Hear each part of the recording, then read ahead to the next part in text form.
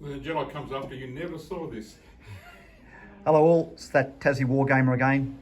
John and I are lucky to be indoors today, so we haven't got the wind blowing like we had last week. This is our second week of Dead Man's Hand, still enjoying it. We're starting to get the rules, starting to remember the little things. We're playing the second story. We skipped the first act because we found it a little bit weird. It was using the cards for blackjack and we just went nah, so we just moved on to the second, which John won convincingly. Now we're on to the third, which is my Outlaws versus John's Lawman. We've just started, so nothing happened yet. I've just got a few fires on John's repeater here. And there's a lot of just standing around on the street, as cowboys did. Now, over today, often we're down here on our own at Good Games, but we've got some guys over here having it was a tournament that's been running for X-Wing version 2. And I have to admit, the models are absolutely beautiful. We were talking about whether it's historical, but if you know anything about Star Wars, this did happen just a long time ago in a galaxy far, far away. So I guess it does. You can say it's historical, but just look at some of these ships. We've done that one. Got this one.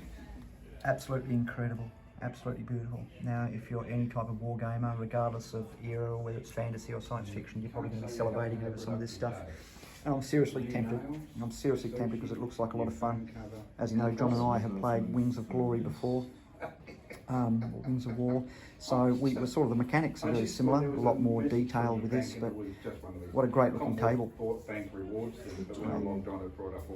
going to get back to our game. Hopefully I can pull off a draw by winning this last one. Really enjoying it, as long as we don't get too much those card games involved. Okay.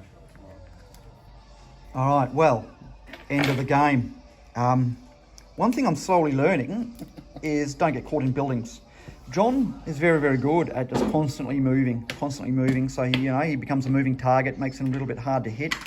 I've been going the opposite way and been using buildings. And what I'm finding is, I had two guys here. My guy with a shotgun managed to kill somebody at the door here. This is my big boss, and my boss.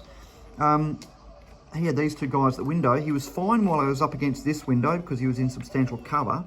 He ended up ducking back before he got hit again, and it meant two of the guys at the window were just peppering him full of holes, as you would have imagined would have happened in reality. So really, the substantial cover of a building, I don't know if it's really worth it. I think it's probably better just to keep moving as John was doing and keep ducking around rather than being a sitting duck. Yeah, but I was lucky with some dice rolls. So. Dice rolls were good, but no, certainly John had the better of me today. Table's looking all right. Haven't finished painting up the buildings. Like I said, these are from Sarissa. One of them I've done the window frames on roughly. Haven't printed up any signs yet, but eventually all the window frames are going to be painted up with signs on them as well. So we're having to pack up because we've got about 5 minutes to get out of here. Thanks for watching.